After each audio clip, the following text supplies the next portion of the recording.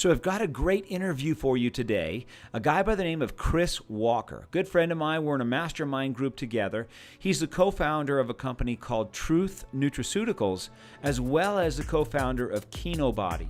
Look them up online. Their videos are everywhere. They get over 100 million views per year. And so the first part of the interview is going to be about health and nutrition. The second part of the interview is going to be about how to get your business more exposure online. I'm looking forward to you hearing this interview. Hey, welcome everybody. I am super excited about today's podcast. You know, I told you that I was going to be bringing different people every week, some that you know, some that you don't know, and some that are famous and some that are not so famous. But I wanted to bring different whys to the podcast so that you can see how their why has played out in their life. And so today I've got a great guest for you, man. You're going to love this guy. He's a good friend of mine. We're in a mastermind group together. We met in a mastermind that was kind of a hand-picked group. And his why is to make sense of the complex or challenging. So you're familiar with that why. And how he does that is by finding better ways to do things. And then what he brings is a trusted relationship where you can count on him. And so let's see how this kind of has played out in his life. And well, let me introduce you to him. His name is Christopher Walker. He is the co-founder of Truth Nutra and Kinobody. Truth Nutra is a nutraceutical company, and Kinobody is a fitness and health company, and he's the author of several books on men's health. He now reaches over 100 million viewers per year on social media with natural health education. So Chris has his degree in neuroscience from Duke University, and he likes to paint, and he likes to surf, and he likes tequila in his free time. So welcome, Chris. How are you doing tonight? Doing awesome. Thanks for having me.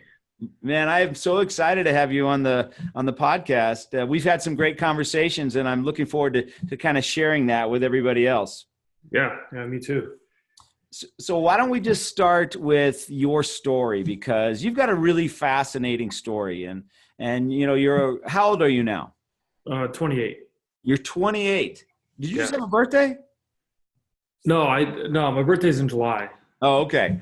Yeah. All right. So you're 28, but you've done quite a bit in those 28 years. Kind of tell everybody a little bit about Truth Nutra and how you got started with that, and what's going on with Truth Nutra.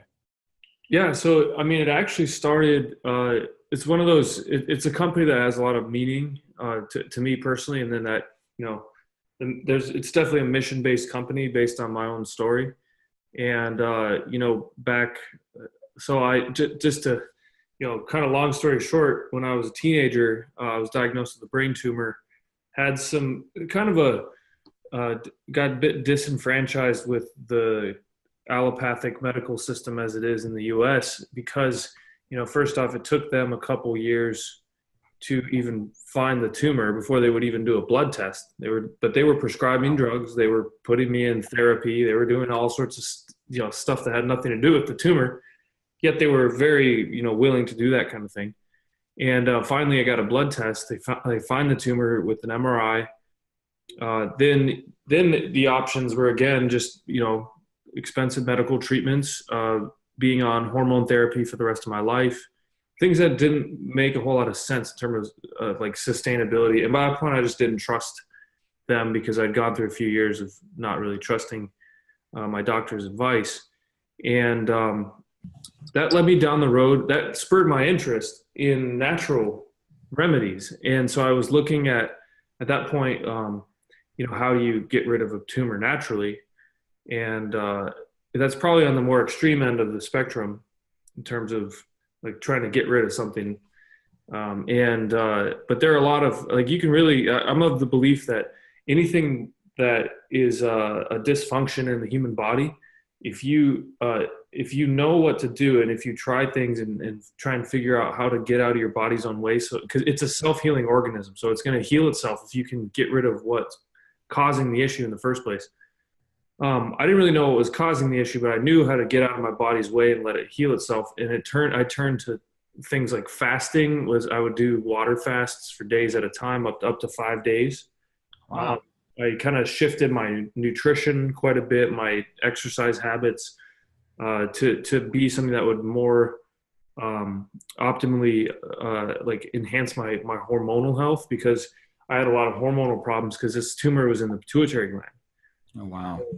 It like all my focus just shifted in that direction, just toward healing my body hormonally, and giving it some time to, because with the water fasting, it was all about like giving the body time. I had read that fasting therapies are very effective, especially when they go longer term. I mean, 3 to 5 days in terms of fasting therapy is very short term. Some people will go and they'll cure, like tumors all over their body if they go fast for like 30 to 40 days, who have like, very serious issues. There's a fasting clinic that I've been to, just as an aside. There's a really great one here in the US, which I was surprised it even existed in the US, because it's hard to get anything around the current medical system here. But it's in Northern California, called True North, and they do these therapies for people. I didn't go there until more recently, but they like cure type 2 diabetes all the time. They cure cancers, they cure lupus, all sorts of autoimmune dysfunction. So it's really effective as a treatment. So I was doing this stuff. It eventually led me down the road. I was obsessed with testosterone as a guy. Got my own testosterone levels from 11 nanograms per deciliter up to almost 1,200 through this process. All my friends were asking about it. Just kind of led down this road back into, like an entrepreneurial type of lifestyle. When there's a need in a market, and I have entrepreneurial tendencies anyway, you see this need and you want to like teach people how to do and build this value exchange there. You can sell your book, you can sell product, service, anything that. So I kind of saw that as, hey, I could like build a business helping people, because there's a big interest in this one area with testosterone. And that kind of branched out. I did that for a few years, built a business off it. Learned how to do marketing effectively, how to get people to care about the message, and how to like look for things that people. See if I can. Hopefully that doesn't keep going. Like looking for just basic like psychological principles, things that people would be interested in. And sorry, let me. I'll let it out. Do not disturb. There we go. This is a Slack channel I've got on here. It never seems to follow my directions though, even if let's see. All right. So I'm on the snooze now. There we go. Anyway, so that's kind of how I started learning marketing. I wanted to sell my book, and I'd done a failed startup out of college. We did more of a traditional type, like a tech startup, a lot of engineering involved. We had huge ambitions, but we had no like sales or marketing savvy at all. And we were just trying to make something cool, and we didn't know how to get people to care about it. So this was like I really wanted people to care about this. So I learned how to get them to care about it. And well, your story in itself is enough to get people excited about it, right? I mean, just hearing you speak about it. Yeah, exactly. And I started to realize that that's one of the main components, I think, of storytelling is like at the base of human experience all throughout history. So like we love stories. We love to resonate with people that have similar stories to our own. Yep. And who could have overcome something possible. Like was like in my case, there are actually a surprising amount of people out there, guys with low testosterone, even though they might not have had issues with tumor that caused it. There are also a lot of people that have tumors, but there's like with low testosterone, there's a lot of guys that have low testosterone, and they were looking for help. And I had overcome that naturally, potentially a more severe type of issue than they're dealing with, where a lot of people have low testosterone just because of poor nutrition habits, poor exercise habits, years of nutrient deficiencies. They're actually simple things you could solve. But I started to see that, and it morphed. That thing morphed into a website getting like over 1 million visitors a month, turned into, launching the Truth Nutra, the supplement brand. And, I wanted to do something that was like bigger than testosterone too. Something that was bigger where I could serve men and women for all sorts of different issues. Because at that point I started to see these principles that were at play with the testosterone information where I was like, because I see the body as a system that can heal itself, you start to realize that you can use the same principle-based methodology to go and solve all sorts of problems. And that's kind of how Truth Nutra was born. And that's how we have this mission of helping people solve, like, for niches that they typically go toward pharmaceuticals for, and they think they have no other option. We look at those niches and say, there is another option. Here's your good option right here. Here's the system. Here's a way to eat. Here's a way to, exercise and help your body. We give a lot of information along with just, we don't just sell supplements and not have any other support. It's more that we make these nutraceutical formulas, all natural, and they're all backed by research that, they're not just like thrown together. Yeah. And then we have we help them along with courses and stuff too. And, kind of a systems-based look at the human body. So that's kind of how it turned into that. So let's go back a little bit. Tell me a little bit more about, okay, so how old were you when you started? You were 17 when you started the fasting? I was 19 when I started fasting. So why does fasting work? Because if I just heard that, if I was just somebody coming on this podcast and I heard someone say, yeah, you do fasting, it'll cure all these different things. Why is that? What happens when you fast? Well, if you believe that your body can heal itself without your, so all right, so here's probably like the most basic way to look at it. When we're born, we're at, typically, unless our mother has health issues where the baby has a problem, typically you're born as a child and you're in like a state of perfect health, right? Yep. As perfect as it will get in your life. What happens is your health really deteriorates throughout your life because of things that you introduce into your body. So, and I call these things blockers. Like typically there's a lot of things that are blockers to your health that a lot of people don't know about, and they just are doing these habits or eating these things. They're allowing their stress they don't have stress management, and so they're over in. When you're a teenager, that might not, or a child or a teenager, that might not be as evident as when you get into your late 20s, you get into your 30s, 40s, 50s, where the body gets into this state of disease. If you accept that that's true, then it is very logical to say, hey, there's the reason that I'm slowly deteriorating into that, or quickly, depending on how many blockers are there, it's because of what I'm introducing into my body. So you have to look at, okay, why does fasting really make sense? And fasting's been done for thousands of years. People have fasted. Animals fast all the time. You see your dog get sick, your dog's not going to eat.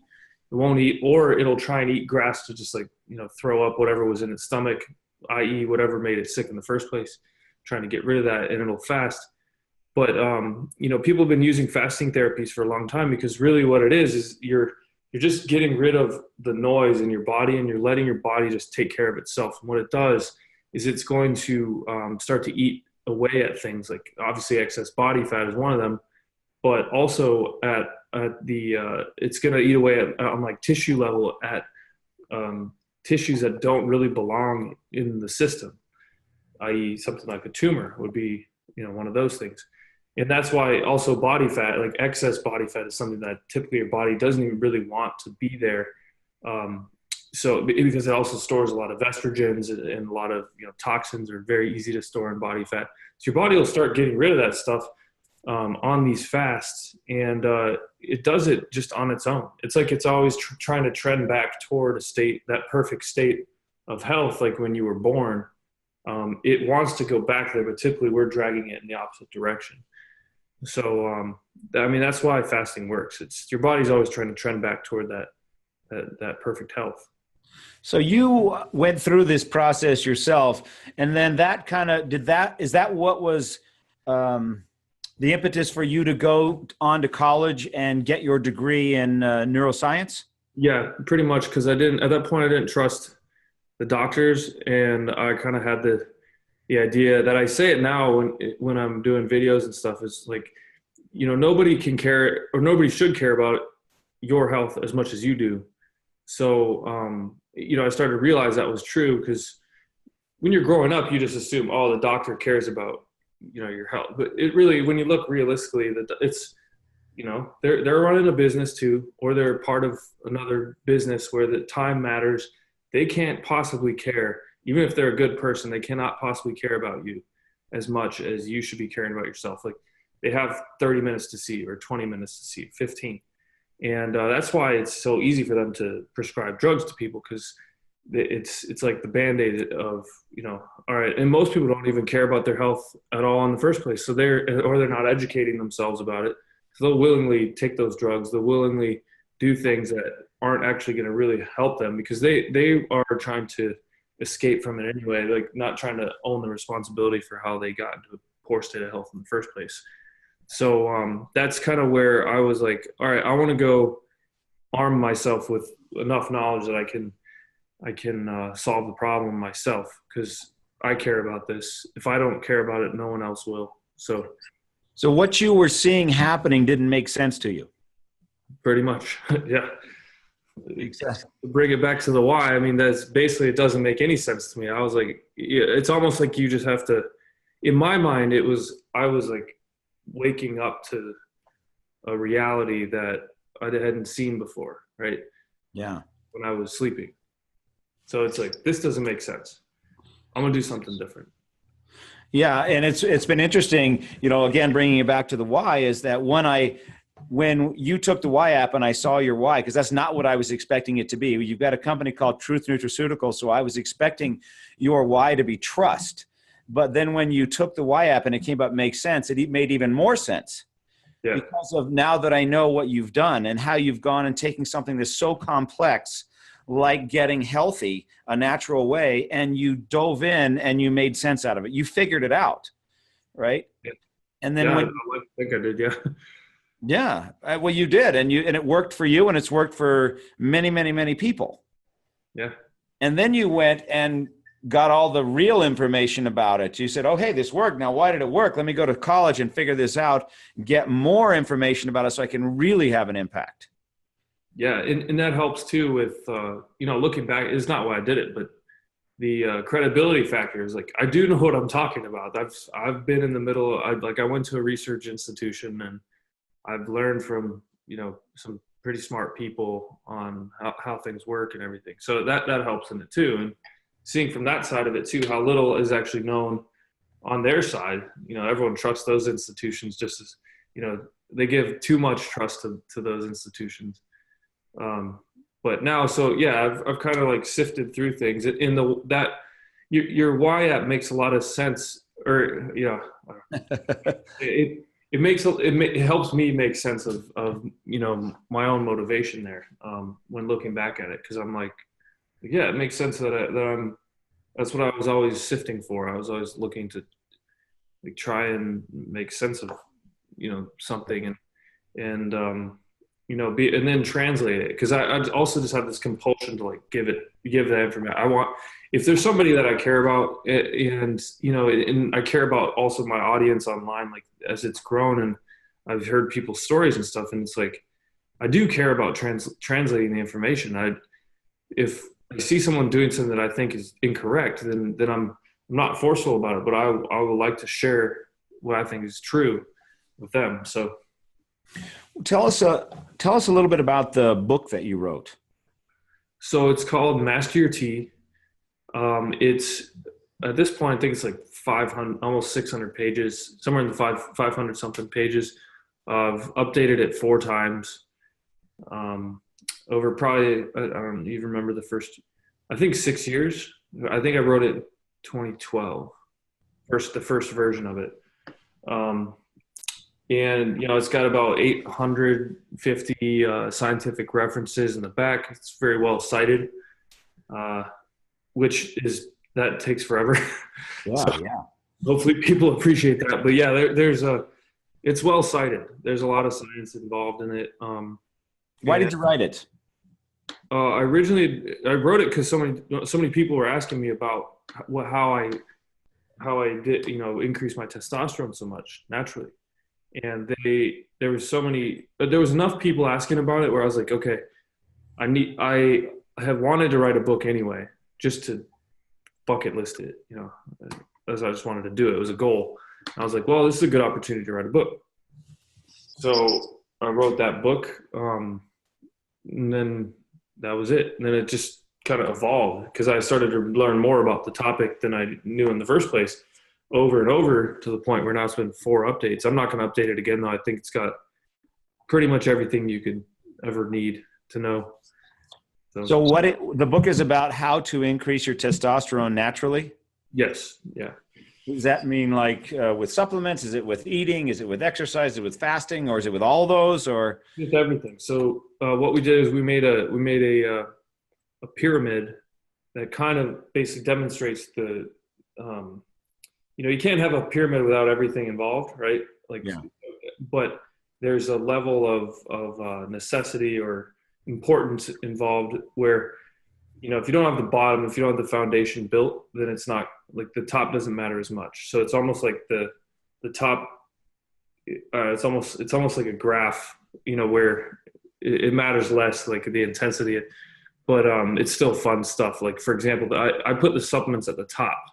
I think they matter the least, but they are a piece of the puzzle, and they can give you that extra piece that you need if you do all the other things. So the other things the foundation is really actually micronutrients. I split micronutrients out of the nutrition section of that. There's like micronutrients, nutrition, lifestyle elements, the training element, and then the supplementation at the very top. But I split the micronutrients out of nutrition because I started to realize the more research I was doing, looking into this stuff and really into the more principle-based system of healing the body, I was seeing that at a very logical level, at a biochemical level, foundational, the body uses these micronutrients as fuel to fuel the metabolic processes involved, and the hormonal processes involved. And we run into all of our dysfunction, pretty much all of it, based on that level. If you look at the cause, like the physical cause of almost any disease is when your body doesn't actually have the fuel that it needs to run properly, and then the dysfunction starts and it cascades. And a lot of times people they'll go for decades without where they're deficient in things. I guarantee you every person listening to this podcast is deficient in probably 3 or 4 things if they were to test for micronutrients. We're always in some state of deficiency because of our habits. So it helps to keep that in check and always just keep going back and looking at it. And it's easy to test for, but nobody tests for this stuff. And I started also to really realize how powerful it was when I read this book called Nutrient Power by he's a PhD, he's a researcher named William Walsh. And he applies it specifically to psychological illness, so like mental illnesses, but he heals people from extremely difficult ones like schizophrenia with micronutrients. And he was doing this back in the 80s, and not surprisingly, a lot of the pharmaceutical companies did not like it. Yeah, of course. What are they gonna? They can't give people lithium for schizophrenia if they're being healed with B vitamins, right? So which costs nothing. B vitamins, you go to, there's a reason why Red Bull and 5-Hour Energy costs next to nothing, but they're loaded up with like massive amounts of B vitamins because they're really inexpensive to produce. Mm-hmm. And so as a treatment option, there's not much money in it. And that, nutrient therapy started getting demonized. But I was reading all the case studies this guy has. He's one of those under the radar guys. There are a couple guys like that out there that have some amazing research, but just kind of it's been suppressed. And because there's no money in it on that big money scale, Yeah. And so that's when I started realizing with that system, I was like, yeah, this system it's powerful. It can go way beyond testosterone. I'm like, this guy is using this similar system just to, he's curing schizophrenia. Like, holy shit. Yeah. Then you see like on how foundational of a level micronutrients really are. And that's all the vitamins and minerals that your body needs. And if you're deficient in them, causes dysfunction. So, that's the pyramid, that's the system. And I realize that system goes way beyond the testosterone, and the supplements play a fun part. I see it as more fun, and the supplements can be a way to supplement to get rid of those deficiencies that you might have, where there are ways to get rid of. So if you're deficient, basically, like I said earlier, I assume that most people are deficient in at least a small handful of things at any given moment. And that's just reality. But there are ways to correct those deficiencies. Supplements could be one. Food, obviously, is another one. The nutrition plays a really important aspect of this.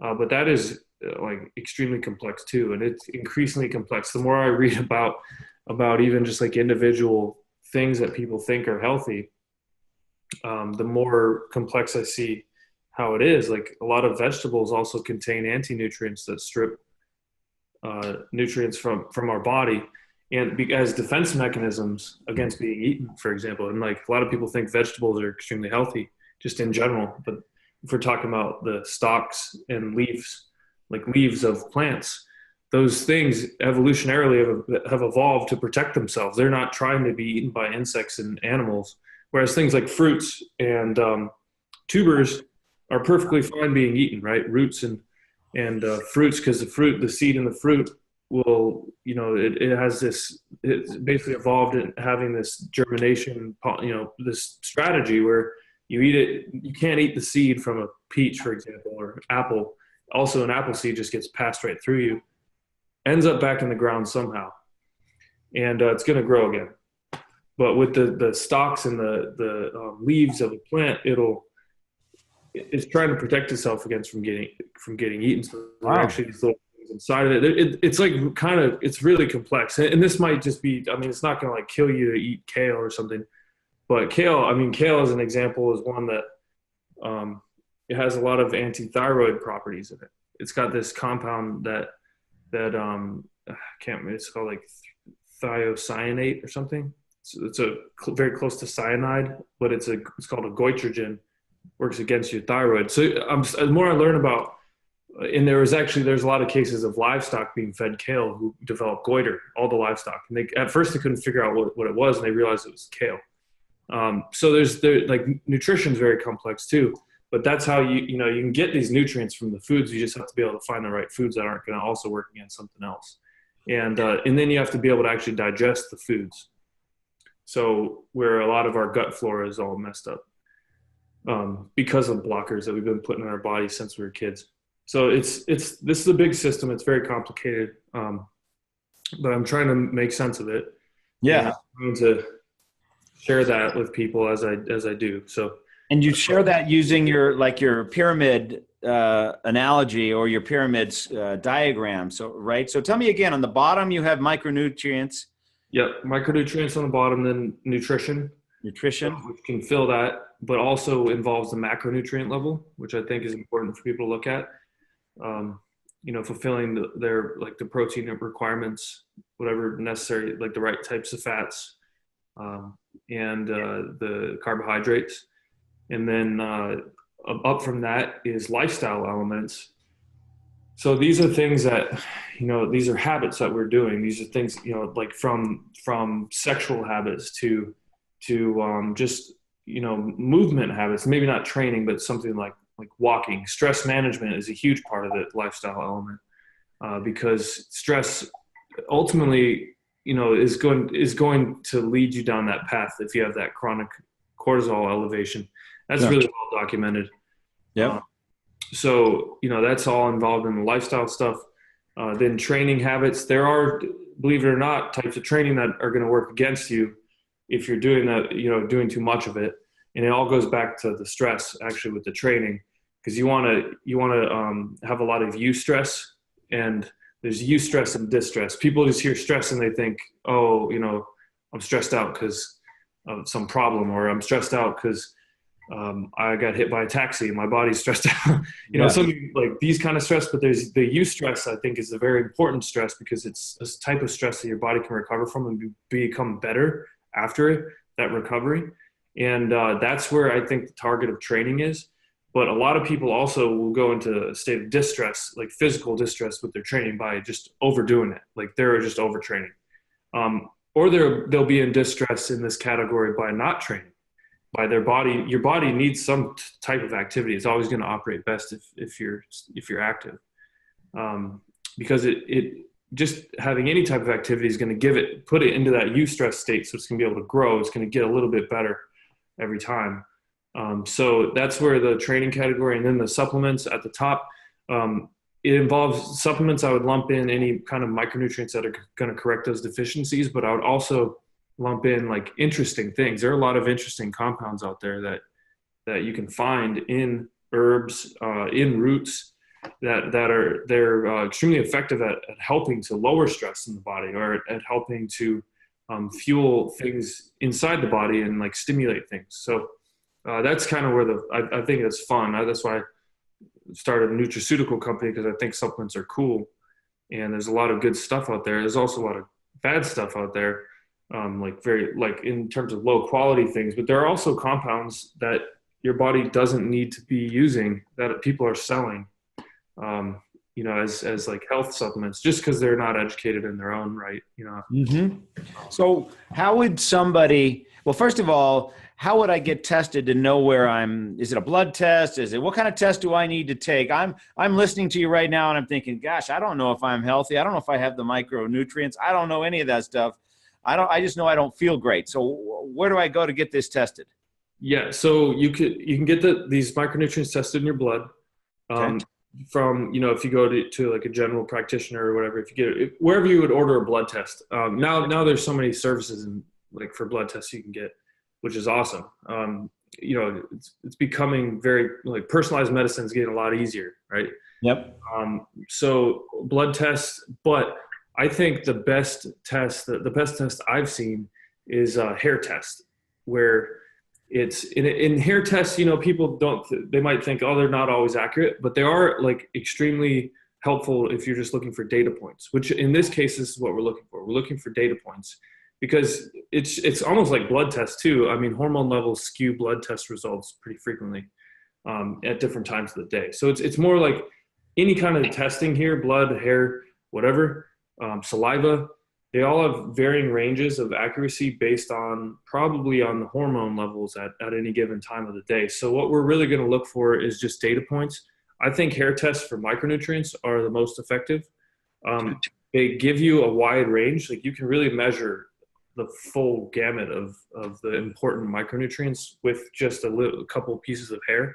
Very easy, no needles involved, which is a big plus for a lot of people. Actually, a lot of people don't like using the needles. I use a service called Reset Yourself. It's easy, just mail order. So they send you a thing in the mail. You just cut it has instructions in the little envelope. Yeah. It tells you just like cut a piece, this far away from the scalp, cut a couple pieces, just stick it in there like this and just mail it back to us. They'll hit you back like 2 weeks later, walk you through your results, there's a cool dashboard, shows how deficient you are in certain things. They actually leverage a lot of research based from a doctor. I think he's in, I don't know what country he's in, but Switzerland or something. But he's one of those doctors who is like obsessive about nutrient analysis, and started just compiling like massive amounts of data on it and looking for patterns. So, whether people think those patterns are accurate or not, it's just his interpretation. But this company does a cool job of like, I remember one of the patterns that they showed me was it was accurate in my life. It was almost like spooky, where they were able to tell me how my personality wise, how I was feeling based on the levels of my electrolytes. So of calcium, magnesium, potassium, and sodium. So I had this pattern that was exhibited that was actually a very common pattern. And it's common because it's called sympathetic dominance. So it happens based on adrenaline and cortisol levels. So when your cortisol and adrenaline are elevated, which go hand in hand, the electrolytes, these certain electrolytes are basically leached. They're lowered whereas, my calcium levels were high relative to the levels of my potassium, sodium, and magnesium. So, and this was just indicative of that pattern of cortisol. So, it was actually very accurate because I was very stressed out at that period in time about certain things in my personal life. So I was like, yeah, actually, my thoughts are racing. I just can't shut it off. I'm having trouble sleeping falling asleep sometime at night at that point. So I was like, oh, that's very accurate. So what I do, I just focused on that. I was like, bam, I just started drinking a ton of mineral water that was high in those minerals. Gerolsteiner, which is, I think it's the best mineral water for like high mineral content. I supplemented with the magnesium and potassium, started adding salt to, like sea salt to my foods. And within a few weeks, I was feeling very relaxed. I felt amazing, was falling asleep easily. It was literally like all the symptoms are gone that I was dealing with that I didn't really realize until they told me. They were like, are you feeling like this right now? I was like, yeah, actually I am. And they were like, this is a, it might not have triggered the psychological cause of the stress, but it was a way to like kind of reverse things on a physical level to get rid of that feeling of the anxiety and the stress that was there. So it was really powerful, and it only took 2 weeks. And I thought that was awesome. After that, I was hooked. I was like, this is super cool. I met the founders, and I'll like tell people about the service. It's awesome. So I think that's the most effective one I've seen. There might be more effective ones out there, but that one's really good. Yeah. So that one works. So people take their hair, send it off, get the report, go through the report, find out where they are, and then how do they contact you guys? They'll contact you. So if you do the test, they'll send you an email. They walk you through it on like a Skype call. It's really cool. It's very personalized. And they'll show you your dashboard, and they give you this login. You can go in and check it out. So if you do future tests in the future, it'll show you like you have this history. And so then once you have that, once you've got your, and they've gone through it with you, do they tell you where to go to get what you need, or do they contact you guys? So, okay. I got you. So they do give recommendations in terms of like foods that you should be eating to get this back in your system, that sort of thing. So yeah, they have if say it says your vitamin K is low, click on that. Boom, there's a list of recommended foods, things you could do. Okay. Yeah. So tell us a little bit more about Truth Nutraceuticals, or True Nutra. How do you guys make your formulas? How do you come up with those? Okay, so I come up with those with we look at what's the issue, right? So like I said, first I'll look at a niche that people typically are going to go toward pharmaceuticals for. And at this point, people are actually asking us for things. So Okay. that's helpful. So I'm starting to see trends of like people, one of those is actually hair loss. People are asking a lot about that. So I've been looking into that as an example. But for example, testosterone, right? Testosterone, people have issues with low T. A lot of the T boosters, like T booster supplements out there in the market, are just garbage. It doesn't work. Because also people probably expect it to be like steroids, but if we look at it from, which they're not, steroids are steroids. We're looking at stimulating natural testosterone production. Let's look at how I made that formula, right? So I said, what's the important part of natural testosterone production? There are a couple things. First off, the micronutrients, like I said earlier, that's really important. So what are the main micronutrients that guys are deficient in, like statistically? And so there's actually data on that. And Okay.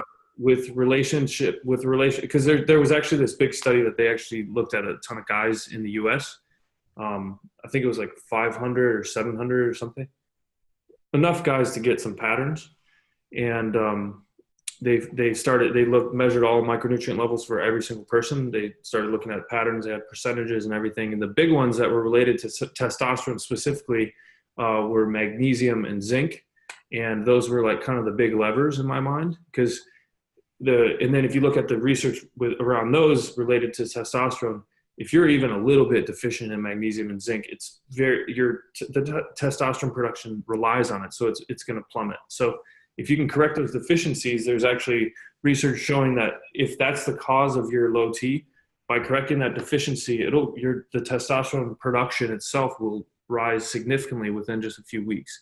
So I thought that was one really important thing to address for the formula. The second was stress, because cortisol acts antithetically to testosterone. So the higher your cortisol is, it's going to suppress testosterone production, and vice versa. If your cortisol is well regulated at a normal, healthy level, your testosterone level can continue to stay high and healthy.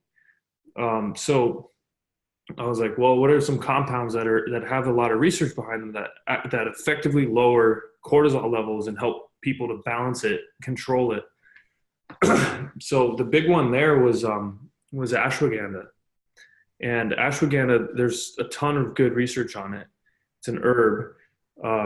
And I noticed that a lot of the research with the more pronounced results, like very effective results in men specifically, also not only were lowering and regulating cortisol, but they were increasing testosterone levels and free testosterone levels. I was like, that's awesome. In those studies, they were all using this one type. It's called KSM 66. And so this company started growing this strain of ashwagandha, and they actually doubled, same way like people will grow cannabis strains, for example, and they'll have like different effects, right? Yep.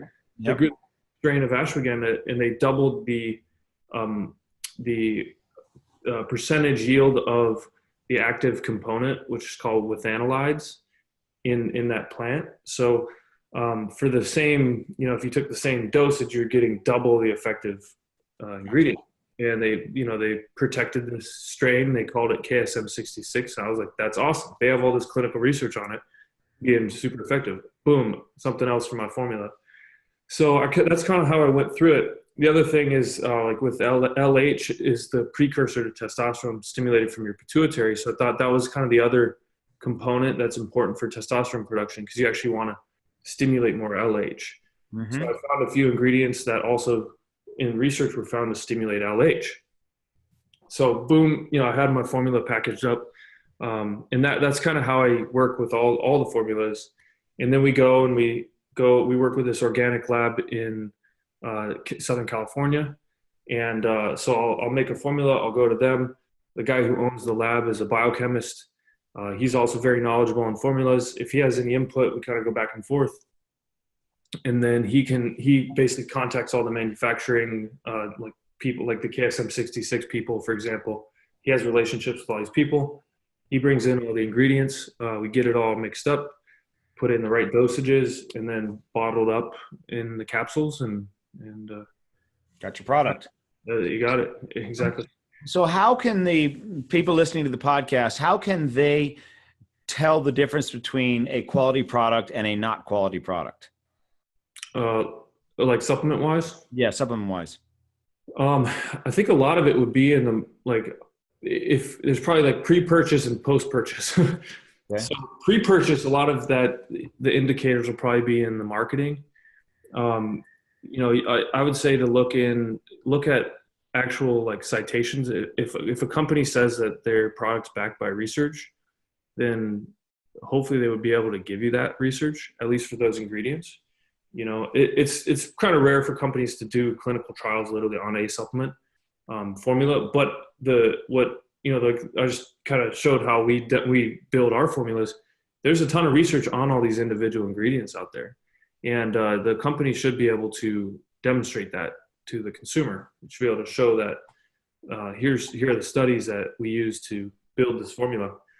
If they can't do that, then it's you should probably question the knowledge of the person that started that company, because there are a lot of people in the supplement industry that don't know much about supplements. They're just doing it because it makes money.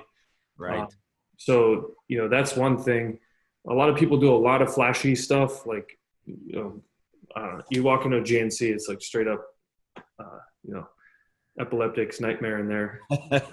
Everything's shining and boom, yeah. So there's a lot of stuff like that. It kind of like I'd look for brands, and it's also, I think it helps to have, and that's why I started doing videos, even though I don't like or I didn't like doing videos at the time. I started doing them because I think that trust, like you have to know, it helps to know who is actually making you the supplement, is making that product. Yeah. So that's why I'm out there like telling people, hey, I know what I'm talking about. I care about the quality of this stuff.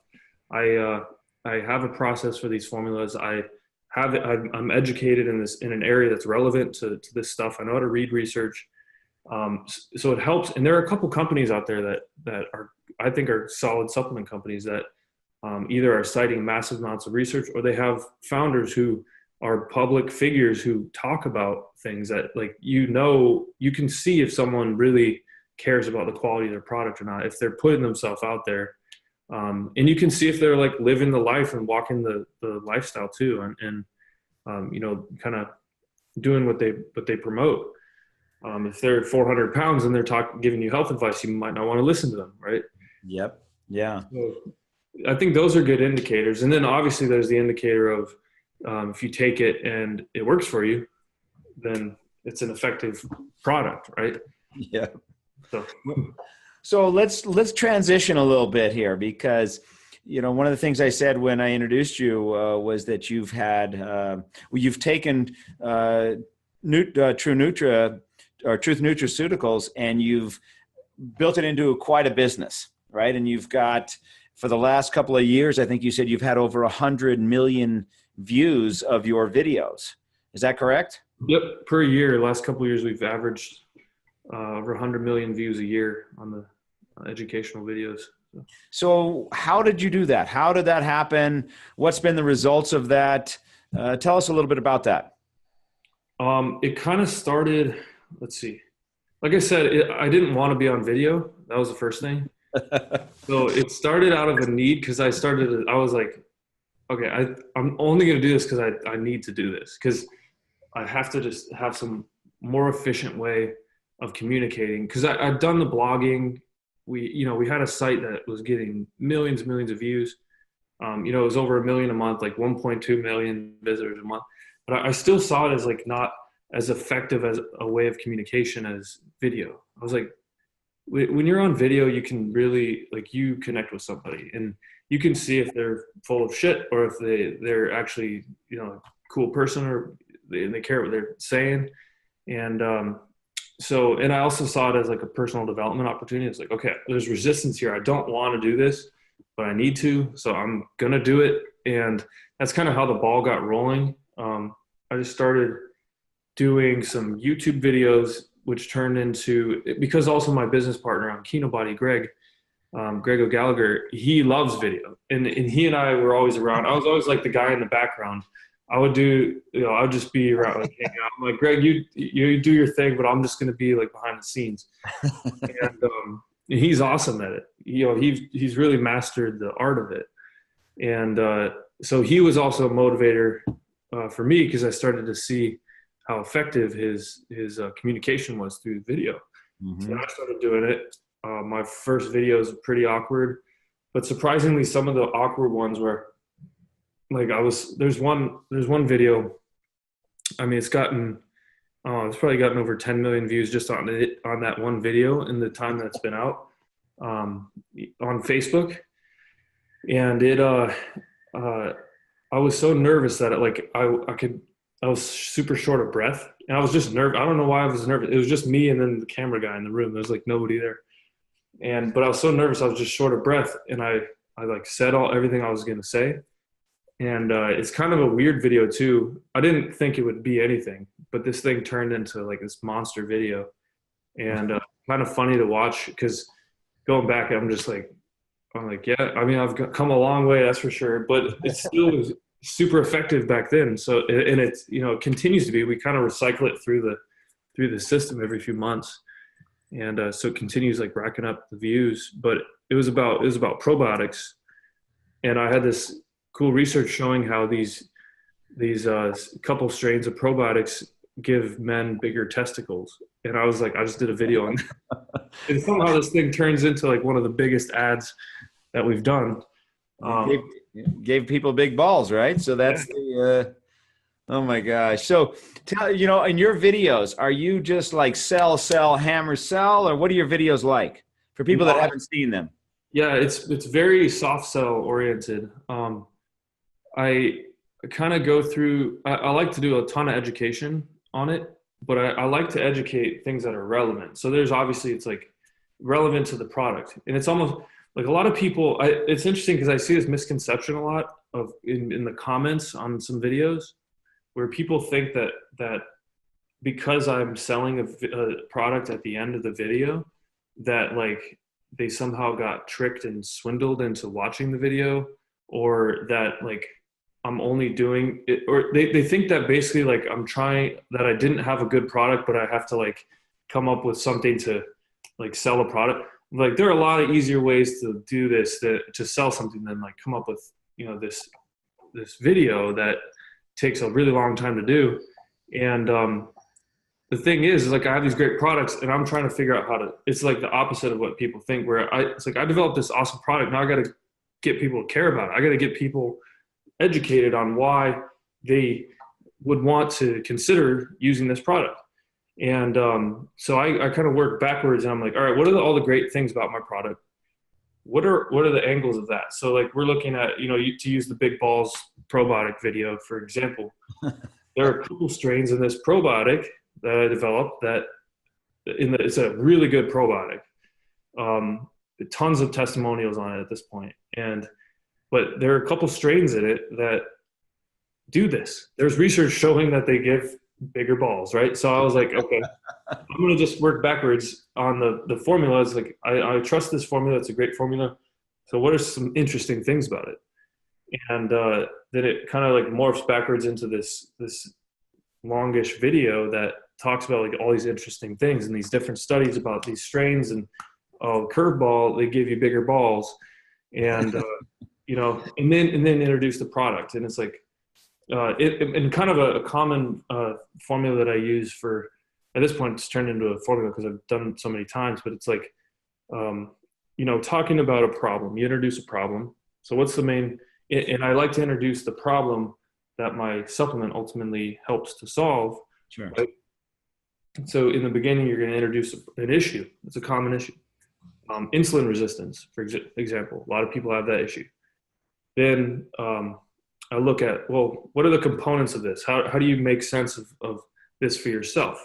Because a lot of people hear the doctor would say, you have insulin problems, you have insulin resistance, take this drug. But they don't know anything about it. There's no education involved. So I'll say, here's the issue that you've probably heard of. And if you have problems with this issue, you probably want to pay attention to this a little bit. I'm going to educate you on really what's going on here in your body. And so I talk about how this works. First off, what is insulin? How do you become insulin resistant? Like, how do you even get to that place in the first place? And then what are some ways naturally to reverse that? So, but I don't like to just say like, here, buy my supplement, because like I said earlier, like on the pyramid, nutrition is actually more of a foundational element. So one of the things I like to do is tell people foods they can eat. So here, to help reverse your or to increase insulin sensitivity, reverse insulin resistance, first off, fasting, a lot of research around that, helping with that case. And then here are some foods that you could be eating to help with that as well. And here are some compounds. Like there are some natural compounds out there that do this and are well documented in research. Berberine, cinnamon, chromium. These things can help with that.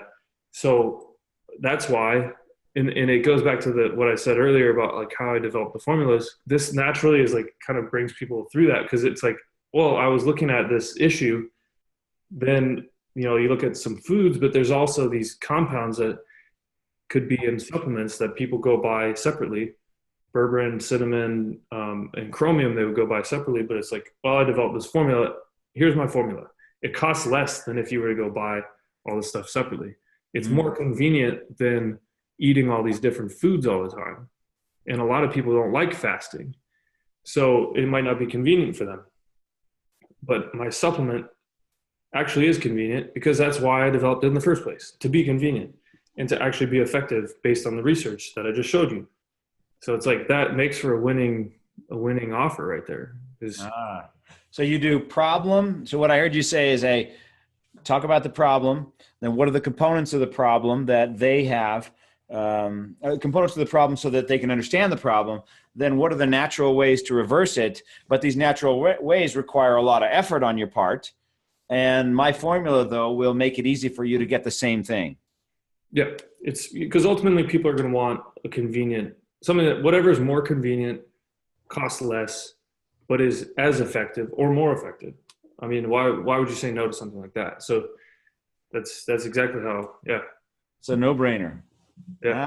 Just make it a no-brainer and educate people. Like, people want to walk away learning something and feeling like that was, even if they don't buy the product, feeling like it was time well spent because now they understand something that they didn't before. So it's, you know, it's a valuable piece of content that you can use, and it converts sales. And so, you know, I read it once in, like, I think it was Dan Kennedy's book about like how to build your brand around direct response, around like this style of, you know, you don't have to go and like stick up billboards to build a brand through telling the truth about how great your product is, through the experience that the customer has when they're kind of, you know, maybe considering your product or when they buy your product, then the customer experience after that. So you build a brand through that. And that's kind of how, like, I like to have this really high quality, like very educational, very valuable, even if someone doesn't buy something, where it's still building my brand, because my brand ultimately is still leaving a positive impact on that person. So that's the goal. So you like that relationship that you form with your tribe? Yeah, exactly. So how many videos do you think you've done? I don't, probably maybe 500 at this point. Wow. Personally, and then with Kinobody, probably another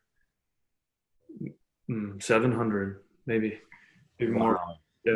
So let's talk about Kinobody for a minute. That's with your partner Gregory, right? Gregory O'Gallagher. Yep. And so who's in better shape, you or him? Greg is. Yeah, he is the master. Well, I was wondering that because I mean, you're not in bad shape, I'm sure. No, I still got it, but he's got it nailed. Like, his system is so damn good that, and he just stays super lean all the time. You know, like he'll go get a routine body fat test and be like 6%, 7%. So, you know, and he's able to do that mostly through the way he eats, right? Yeah, exactly. He uses all the systems that we talk about in the videos and everything in the courses. So just this week, I've tried the intermittent fasting. I've tried the not eating until, because this is what you were doing, and you don't eat until when? Tell everybody a little bit about how you eat. Well, at this point, I'm routinely, most days I'm eating once a day. But, you know, the most I'll eat in one day, I'll eat twice a day. So typically I'll eat, like, on a normal, like, twice a day thing, I'll go until the afternoon, won't eat anything, just have some coffee and water, do, you know, a lot of work, just occupy my mind. Otherwise, I'm not even hungry at this point, so it's not really like a distraction thing. Then I'll break the fast with some sort of fruit, so like smoothie, maybe some bone broth, where it's got the salt, the good amino acid, the anti-stress amino acids like glycine, taurine, and then have just a big meal at night. You know, they're like, how do you eat enough?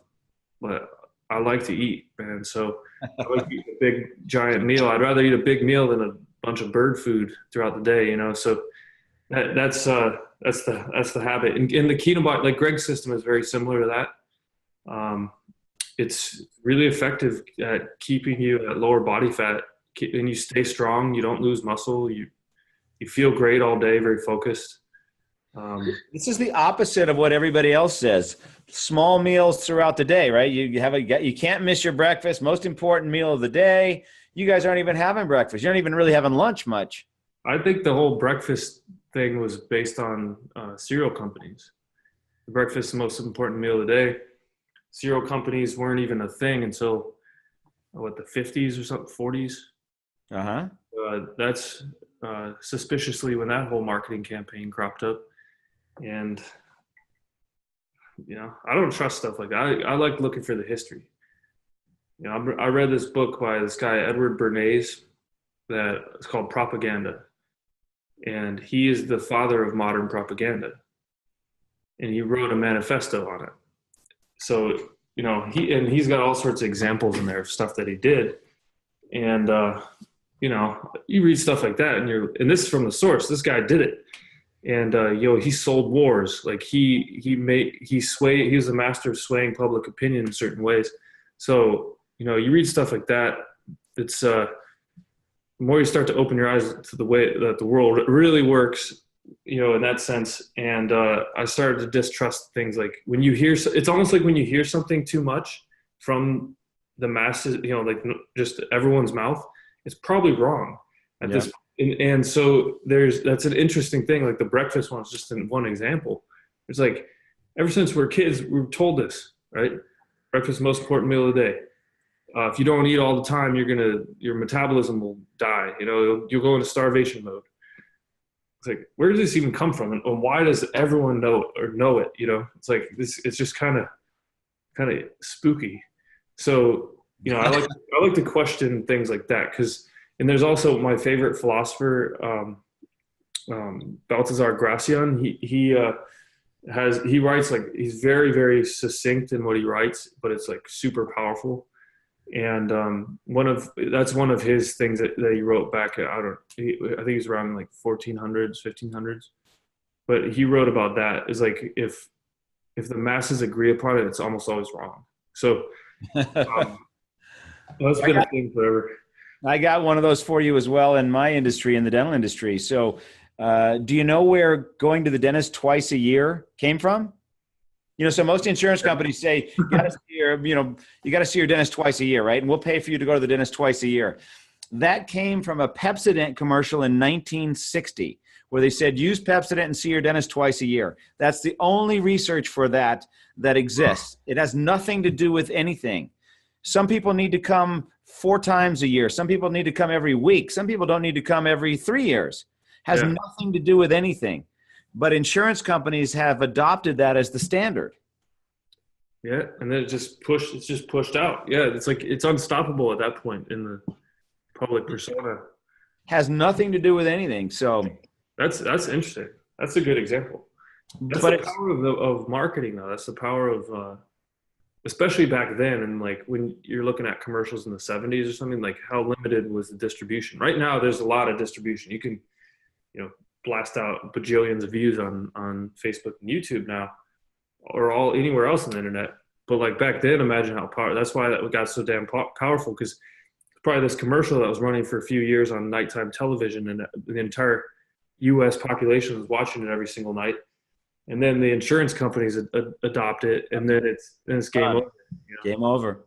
So it sounds like you have kind of figured out the supplement business, figured out how to create supplements that actually work, supplements that are actually targeted, figured out now how to market that, figured out how to combine that with an eating and fitness program with Kinobody.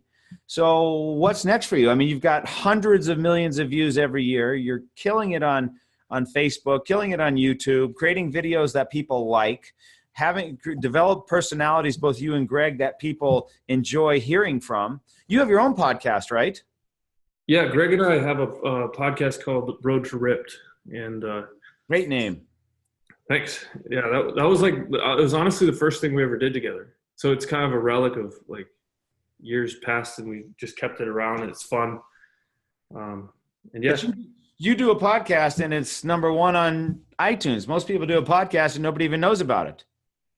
How the heck do you do that? Ingenuity. I know. That's one of the things I noticed when we were talking about all this stuff, is that you've found a way to maximize your efforts. Instead of like just doing something, you maximize it. You take it to the nth degree, whether that is nutrition, whether that's fitness, whether that's eating, whether that's marketing. You take it to a degree that most people dream of but never do. And I don't know how you did that. I don't know if you've got any thoughts on that, because just in our conversation, when I was talking about your podcast and my podcast, I was saying, you know, I put out a podcast, but you launch a podcast. It's like such a different animal in the way you think. And maybe that's because of years of not doing it that way, or how did that come about? That's a good question. I don't know. I don't know. Maybe it's just part of like how I always thought. Because I didn't, maybe it's like, interesting. I'm just thinking about when back when I was a kid, what my natural propensities were. It's funny because it was always, if I really cared about something, I would do it. I would be obsessed. But if I didn't, I wouldn't do anything. And Mm-hmm. I would just, sometimes it get me in trouble for being lazy, but I wasn't being lazy. I just didn't care. Like I didn't want to do that thing because it had no meaning. And, that's probably that same, I don't know if that's just programmed in or something, but because when I would do things, I would do them really well. Yeah. But then if I didn't, like even as a kid, and that was just always, I would just be obsessed with it. But um, that's, I don't know. It's You kind of guys, carried up. yeah, you guys seem fearless. I mean, it's just you don't, and the way you've combined all the different things that you do synergistically to create this momentum has been, it's just fascinating to see. Where most people talk about doing that, you've actually done it. I mean, I can't imagine there's many people that get 100 million views a year on the work that they do. Most people are happy with 30,000 or Yeah. something like that, and you've got hundreds of millions. I looked, I think on your YouTube channel, you put out a video and you get a couple million people every time looking at it. Well, so YouTube's more like the organic ones, but yeah, I mean with Kinobody, we've had a few big hits on the organic side on YouTube. Yeah, millions on there. Yeah, you Facebook, put out, I like better. I think Facebook, we can ramp things up fast, like a couple days, get a million views. Um, and you guys do spend some money with Facebook, right? yeah, I think it's part of the equation. And that's why it's a marketing funnel. I mean, you have to be able to you have to pay at this point. You have to pay to get your message out. So you have to make sure that, especially Facebook just updated again, that dropped organic reach like to almost nothing. So it's just part of like what's the environment that you're in, right? So back when Facebook was just getting started, organic reach was crazy. You could get like I had a friend who started doing, kind of unknowingly, he started doing this thing. I was probably 5 years ago now. Before they started updating, like regulating all the organic stuff, he started doing this really simple tactic, and he was all over. Like he had these viral. He was one of the first guys that did like viral video stuff really well on Facebook. They weren't Mm-hmm. even videos, and he was sharing them, and just like they were just going ape shit all over the place. But that stuff it's a thing of the past. Like he was in 1 week, he was all like on literally everyone's Facebook feed, like all over it. However the algorithm worked, like he literally was that guy. He got 1.5 million fans in the span of like 3 weeks or something like that. Wow. And then, Slate wrote an article about him, how he was the Facebook whisperer. And then like he got all this attention, and then Facebook was like, boom, they like cracked down hard on that stuff. And so now at this point, and it's just been through iteration since then of suppressing that, building their publicly traded company. You gotta pay to play on Facebook. So you have to make sure that the videos are well done, that they work, that there's some way. It's all about like a value exchange. So I have to be able to pay. I have to get back enough in revenue to actually reinvest to continue to the cycle. So it's just part of the game, part of getting the message out. It's interesting, for people that are listening and people that are watching, it would be possible to hear you and think, hey, he seems kind of like a beach bum kind of guy. I don't know if he really knows what he's talking about. But then when you actually get to sit down and spend time with you and I start listening to what you're saying, even with the marketing stuff, you've got this stuff down to so much about it that it just kind of cracks me up. You're very nonchalant about what you guys have done and the way you do it, but you know an awful lot about it. I mean, you've got all these statistics and more than anybody I know about this kind of stuff. And you've got proof to show that you know how to do it. Yeah, thanks. It really is interesting because I wouldn't have expected that. When we first met, you were that guy kind of sitting over in the corner. You had your hat on. You didn't really talk much. You didn't really say much. but I remember our mentor kept saying, well, there's the first trillionaire over there. And he kept pointing at you and calling you the trillionaire. And I couldn't quite figure that out, but I'm starting to see now what he's talking about. Yeah, that was a good compliment. That was good. So. Yeah, so you're the only one young enough that's gonna be able to do that, and the way you think and push the limits. So it's been a lot of fun for me just to watch and see what you're doing, because you do push the limits. I mean, it's kind of like no fear. And yeah, I mean, why be afraid, Yeah. So, I know we're probably over our time limit already, but I appreciate you being here. I appreciate you sharing so much of your knowledge. And, if people want to get a hold of you and learn more about what you're doing, learn more about companies, how can they get a hold of you? What's the best way to connect with you? I think like on a personal level, I would say. I don't know if you want to get on a personal level, but I mean, if you're more on your company. Yeah. So, well, on a personal level, if you just want to like hit me up with a message or something, it's always much better on Instagram, because there's like a million ways people are trying to message me, but I hate all of them except Instagram. So I like Instagram, and my Instagram is @_Christopher Walker. And so that one's good. And then in terms of like my companies, if you want to find, so truthnutra.com is where we have Truth Nutra. And then kinobody.com is Kinobody. Let's see. I mean, pretty much from those two properties, you can find really, anything. What you're doing. And your podcast is Road to Ripped. Yeah, Road to Ripped. It's on iTunes. I think if you just search Road to Ripped, it'll be there. So, yeah. Well, you've got a lot going on, man. I don't know what a day in your life is like, but I can imagine it's quite busy with all the stuff you guys got going on. So it's busy. It's not so bad though. We're looking at learning from our mentor Randy on high leverage, right? Yeah. Delegation. So you said in your bio that you love surfing and I'm sure the beach, but you're about to move, huh? Yeah, I'm moving to Boulder. So Boulder, Colorado. We're moving Truth Nutra there, and well, in Kinobody too. We're that'll be our corporate HQ in Boulder. We're negotiating right now for a office on Pearl Street. Oh, so wow. I want to be like right in the middle of all, right in the thick of it. And so anyone that wants to drop by and visit, come by.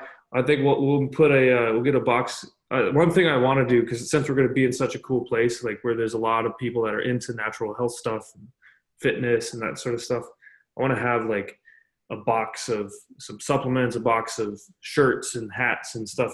So if people do come by the office, then we could say hi and get a free t-shirt or something. So. Oh, that's awesome. You're going to have to break out your Birkenstocks if you don't have them already. Oh yeah, I don't have them. I have rainbow sandals. Because I went to college. I went to undergrad at CU in Boulder. So yeah, I lived that Boulder life for a little while. That's a great spot, man. You're going to love it there. So well, we're going to have to do that run you were talking about. So the Boulder. Yeah. So that's an awesome run. You'll just get up, and I did it 25 years in a row, and that was the only day of the year that I ran.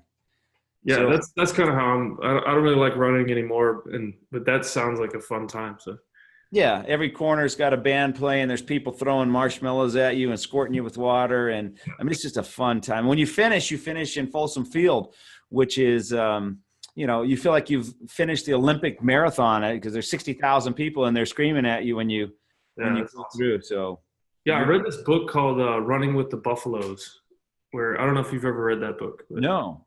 It's about the CU Boulder track. Oh. So yeah, they talked about Folsom Field and all that. I went around the campus recently, or when I was there back in November, for I don't know, like an hour or so. But I need to explore it a bit more, like check out all the cool stuff. You're gonna love Boulder, man. That's gonna be a lot of fun, and then you're a lot closer, so I can come up and visit you. Yeah, definitely. Well, I got to come out to New Mexico too. So. Yep, we'll do it. Well, look, I appreciate you spending an hour and a half with us on the East Coast, and I look forward to seeing you again in Chicago. Yep. And I really appreciate it, Chris. Yeah, likewise. Thanks for having me on. Hopefully, thanks. learned some stuff. So I learned a lot of stuff, and I'm sure our podcast listeners did too. So thanks again. Have a great night.